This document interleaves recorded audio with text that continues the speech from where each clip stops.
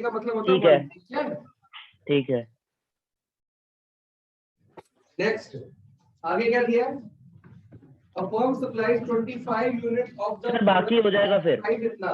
तो बाकी सबको दिया हो जाएगा फिर। जब प्राइस कितना है कोई बात नहीं, हम कर ही लेते हैं 5 रुपीज। हाँ जी। तो सप्लाई कितनी है? 25। If the price of the product rises to 6, 2 मतलब 2 का मतलब ऐसा न्यू होगा, बाय का मतलब न्यू है ये, 6 है। How much quantity of the product will be supplied by the firm? तो Q1 आपको निकालना है। तो मैंने कहा था कि जब ये लिखो साथ में डेल्टा पी भी लिख दिया करो, है ना। 6 - 5 1 हुआ, P1 - P होता है। फॉर्मूला सेम है जो ईडी का था।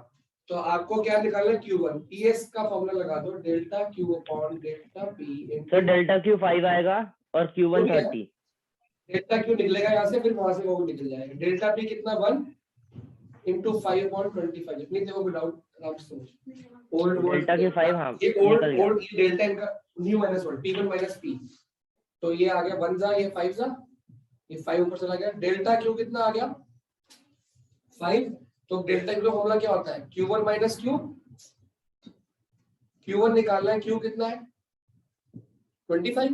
इधर आके प्लस हो जाएगा। तो नीचे लास्ट में लाइन लिखेंगे, therefore quantity purchased at ₹6 is 30 units. अगला एग्जांपल, अगला कौन सा डाउट है? 22 है ना, देख लो फिर एक बार नोट कर लेना। रोटी खाने के बाद the supply of commodity A is straight line, बस इतना से कर गए, straight line parallel to y axis। कैसे होगी? ऐसे कि ऐसे? Sir vertical parallel to X axis से बनेगी। हाँ जी, हाँ जी, हाँ जी। बट जो भी जिसकी भी लाइन ये होगी ना, ये सब लाइन होगी ना, ये इनइलास्टिक है, ये इनइलास्टिक है। इनइलास्टिक में ES कितना होता है? ES 0। अगर वो बोलता ऐसी लाइन तो ES कितना होता? इन्फिनिटी। 1। अगर इन्फिनिटी आ जाए तो कैसे सॉल्व करोगे? कोई है क्वेश्चन इन्फिनिटी वाला? 1/0 लेके 1/0। अगर इन्फिनिटी आ तो 0 लिया, देखिए जैसे क्या कहते हैं, फिर 0 लिया तो मतलब यहाँ पे 0 ले ली, सॉल्व हो जाएगा। लेकिन अगर ऐसी लाइन होती, बेटा ग्राफिकल के साथ में पढ़ना पड़ेगा ना आपको, तो अगर ऐसी लाइन होगी तो ES कितना होगा? इन्फिनिटी। इन्फिनिटी का मतलब होता है 1/0। तो उसमें यहाँ पे क्या लेंगे? 1/0। तो ये साथ में यहाँ पे 1 से मल्टीप्लाई होगा, ये हो जाएगा 0 हो जाएगा। इन्फिनिटी को सॉल्व करना नहीं आता ना हमें, 1/0 को तो आता है। बात समझ आई? तो वो मैथ्स का स्टूडेंट है, उसको पता है, तो आपको यूज करना है चीज। ES कितना आ गया? 0, क्योंकि हमारा कर्व है parallel to y axis. Parallel to y axis. Graphical method साथ में लेके चलना है आपने। आगे क्या दिया? If supply is 20 at the price 10, तो supply is 20 at the price 10।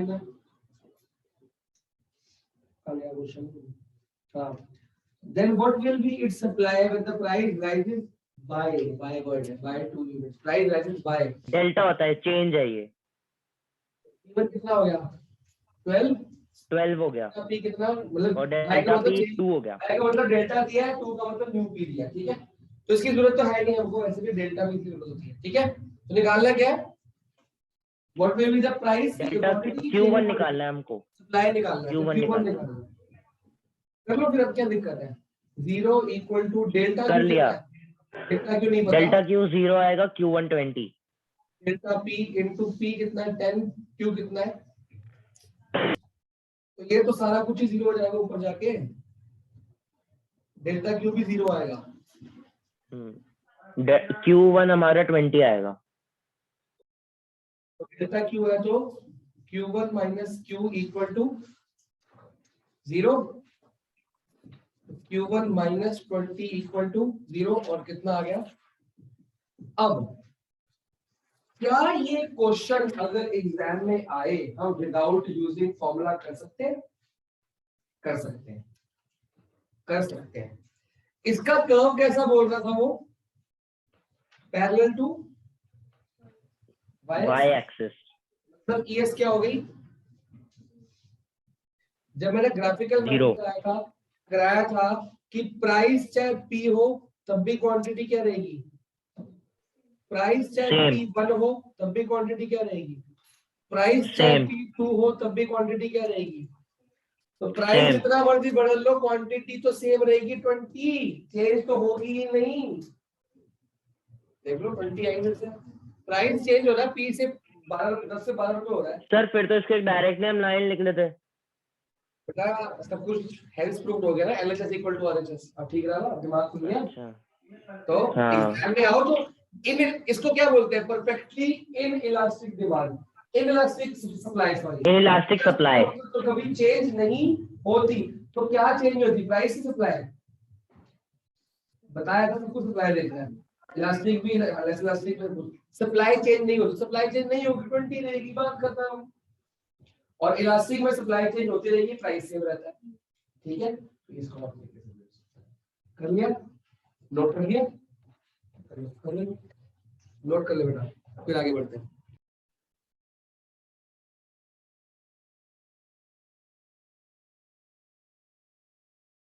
देखेंगे जो परसेंटेज मेथड बताने लगा हूं ना मैं, ये प्रोपोर्शनेट मेथड का ही फादर है। प्रोपोर्शनेट मेथड इससे निकला है, लेकिन इजी ये होता है कि इसको पहले करा परसेंटेज में। तो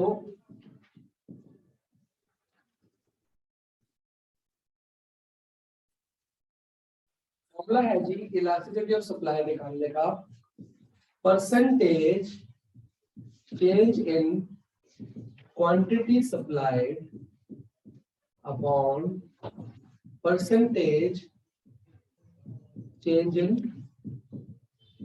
प्राइस।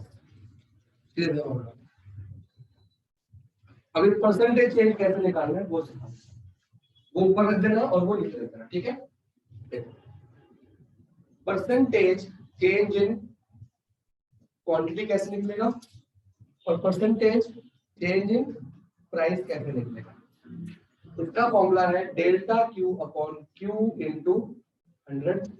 इसका फॉर्मूला है delta P upon P into 100। समझ आया? तो पहले अलग से निकाल लो परसेंटेज Q कि जितना चेंज हुआ है Q upon old Q into 100, जितना चेंज हुआ है P upon old P into. Clear है? तो इसको फिर आंसर निकाल के कहां पुट कर देंगे? ऊपर। क्लियर? समझ आया? यस सर, समझ आ गया। अभी ध्यान से देखना, बहुत ध्यान से देखना, लिखना नहीं है, केवल लिखना है। इसके बाद अब जो सब लिखना मत। इसको कहां पुट करूंगा? न्यूमरेटर में कर दो पुट। जैसे आप तो इसका पूरा प्रॉपर एक आंसर निकाल के डालोगे ना, delta Q upon Q into upon delta P upon P into 100। ये कट गया। ऊपर का न्यूमरेटर ऐसे आएगा, नीचे का डिनोमिनेटर क्या होता है? Reciprocal, fraction over fraction. देखो सेम फॉर्मूला बन गया नहीं बन गया? Delta Q upon delta P into P upon Q बन गया कि नहीं बन गया? तो ये फॉर्मूला कुछ भी नहीं था, इसी से निकला। आपको जो न्यूमेरिकल एग्जाम में आने वाला है वो तो इस तरह से आएगा, जो भी वो लाइन पैरेलल वाला उस तरह से आएगा, या कुछ ऐसा आएगा, कुछ आपको डेल्टा में दिया होगा, कुछ आपको परसेंटेज में। सब कुछ परसेंटेज में ले आना, ये सब कुछ डेल्टा में ले आना, आ जाएगा आंसर।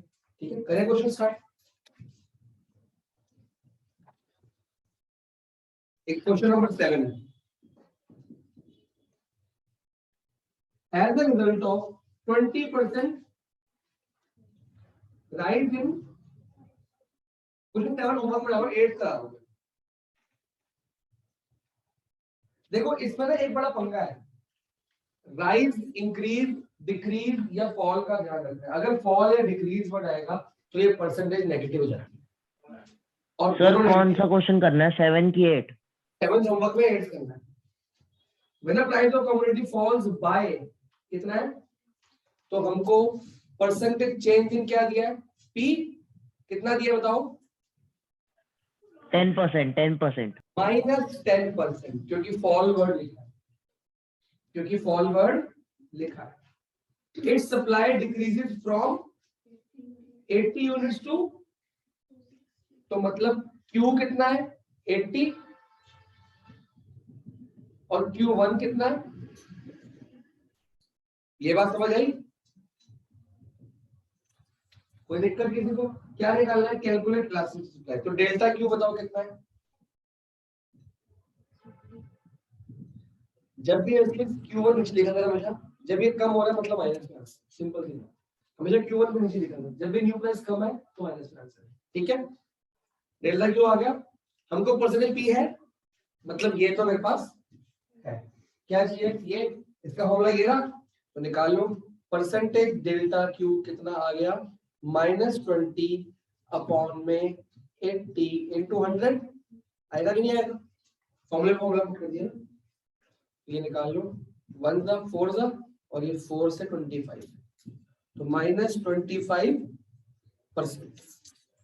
अब elasticity of supply, percentage delta Q -25, percentage delta P कितना है, -10। बेटा दोनों माइनस में होंगे, अगर होंगे तो एक माइनस में हो सकता है, तो ये माइनस से माइनस कटा, आंसर आया 2.5 आ गया, तो इसको बोलेंगे हाईली इलास्टिक, मोर देन 1 है ना, देयरफॉर नोट कर लो। किधर कोई डाउट? ये वो मेथड था कि इसमें 1% में था, 1 डेल्टा में था। नहीं सर समझ में आ गया, 7th भी कर लिया मैंने। समझ के नोट करो, और 7th की जगह पे तू अगला वाला कर, 9th वाला कर। ये करने के बाद आप लोग 9th क्वेश्चन करो, देखो जरा क्वेश्चन नंबर कौन सा है, बोलते रहो question number 14 price elastic at a price कितना है 40, the quantity supplied commodity is,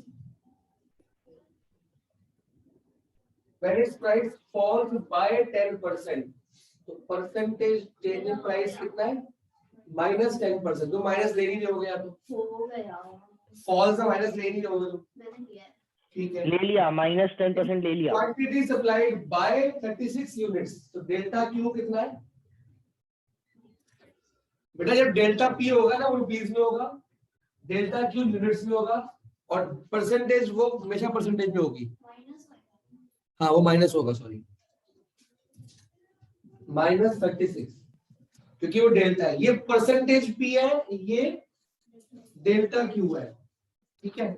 तो ये तो परसेंटेज पी मेरे पास है, इसका निकाल ले, percentage change in Q is equal to delta Q upon Q into 100, ये कट गया, 4 के फेवर 9 पे आता है, -9%, अब तो हो ही गया, क्या रह गया, ES is equal to -9% upon -10%, ये कट गया, तो आंसर आ गया 0.9, है ना। ये तो पहला क्वेश्चन। सेकंड क्वेश्चन क्या है, इज इट्स सप्लाई इलास्टिक, आप बताओ सर 1 - 0.9, इज लेस देन 1 ना कि मोर देन 1, तो लेस देन 1, इलास्टिक। अब आ जाओ क्वेश्चन नंबर 38 पे, तो मिटा दो ये वाला, कर लो, मैं आगे कर लेता हूँ। टोटल रिसिप्ट वाले क्वेश्चन, डिमांड के अंदर थे टोटल एक्सपेंडिचर वाले, TR। कोई मेरे को बताएगा, आपने रेवेन्यू चैप्टर करा है, टोटल रिसिप्ट का फॉर्मूला, TR का फॉर्मूला क्या था, TR का फॉर्मूला था P इंटू Q, बस और कुछ नहीं करना। क्वेश्चन नंबर 30 पढ़ेंगे, अ फर्म रिसीव्ड कितने रुपए, 2000, जब प्राइस क्या था 40, मतलब जब प्राइस था 40 तो उसको कितने पैसे मिले, टोटल रिसिप्ट कितनी मिली उसको 2000। देखो दोनों रुपीस में दे रखा है, बहुत सारे बच्चे क्या करते हैं, इसको क्वांटिटी मान लेते हैं, क्वांटिटी कभी रुपीस में होती है नहीं। तो फर्म रिसीव 2000 रुपीज, जब प्राइस इतना था तो पैसे कितने मिले, इतने। Revenue increase to 3000, receipt word आएगा या रिसीव आएगा या रेवेन्यू, एक ही बात है, TR। रेवेन्यू कितना हो गया इंक्रीज टू, टू लिखा है तो मतलब न्यू रेवेन्यू कितना आ गया TR1। जब प्राइस इंक्रीज टू 50, P1 कितना है 50। अब निकालना इलास्टिक लाइन। हम इसको पुराना मेथड सुना दें, सिंपल सी बात है यार। 40 रुपए पे जब रेट कितना था 40 रुपए, पैसे कितने मिले 2000, तो कितनी क्वांटिटी ली होगी, इसको इससे डिवाइड कर दे 50 क्वांटिटी है, 50 यूनिट्स। उधर जाके डिवाइड होगा कितना आ गया 50, कैसे किया TR डिवाइड बाय Q, ठीक है। और ये कितनी आ गई 60 units.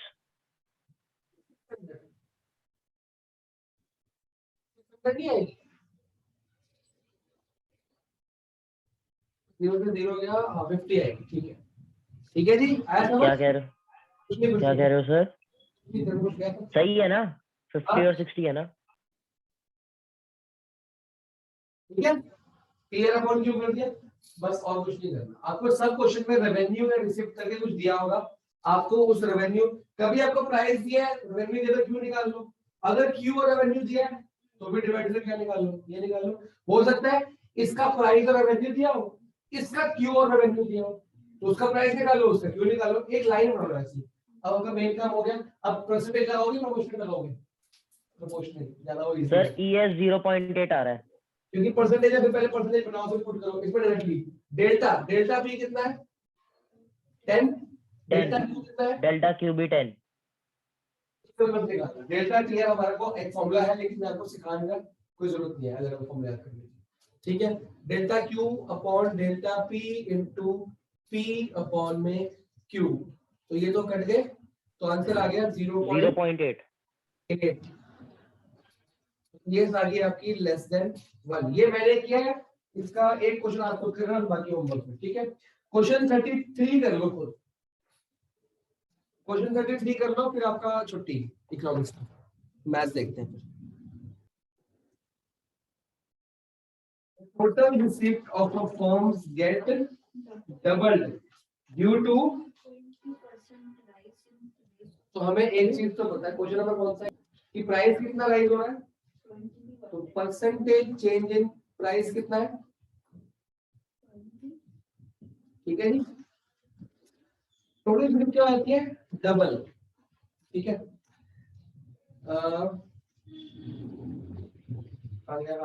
Rise in price of commodity if the original supply was कितने, क्यू कितना था एट द प्राइस इतना, तो उस टाइम प्राइस कितना था।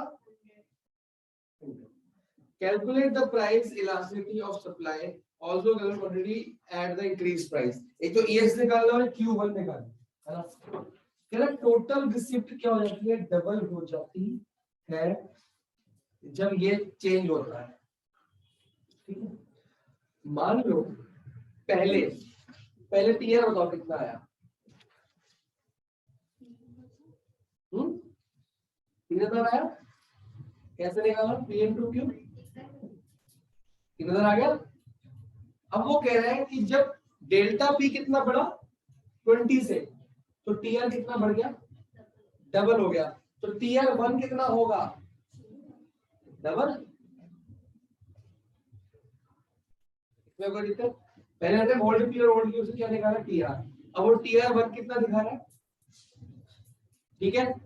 मेन मेरे को TR1 मिल गया, अगर मेरे को P1 मिल गया तो Q1 मिल जाएगा, है ना। हाँ जी। तो P1 कहां से निकलेगा परसेंटेज वाले फॉर्मूले इससे, क्योंकि वो Q1 नहीं है ना, जिसे Q1 नहीं मिलेगा मैं ES में निकाल नहीं सकता। हाँ, तो आपका परसेंटेज डेल्टा P का फॉर्मूला था डेल्टा P अपॉन में P into 100, ये कितना दिया है 20। इसको परसेंटेज मत लिखना, ये 20 वर्ड लिखना चाहिए क्योंकि परसेंटेज का वो यहाँ लगा हुआ है। तो डेल्टा P हमको नहीं पता, ये कितना 100, देखो ये कट गया, तो 20 आ गया डेल्टा P, और इसका फॉर्मूला क्या है P1 minus P 20, P1 minus 100, तो 120 आ गया। और मैथ्स के बच्चे इसको ओरली भी कर सकते थे कि अगर ओल्ड प्राइस 100 है और 20% से बढ़ गया तो 120 तो वो 100 का 20% हो गया ना, ये निकल गया P1। अब जब P1 120 है, नोट करने में ध्यान दो, और टीयर 1 कितना है, तो यहां से क्या निकलेगा, Q1 निकलेगा, Q1 निकलेगा, Q1 50 है, on 120 12 5 से होता है 50 आ गया। अब तो सारा खेल निपट गया, तो निकल जाएगी यस, यस निकाल लो अपने आप।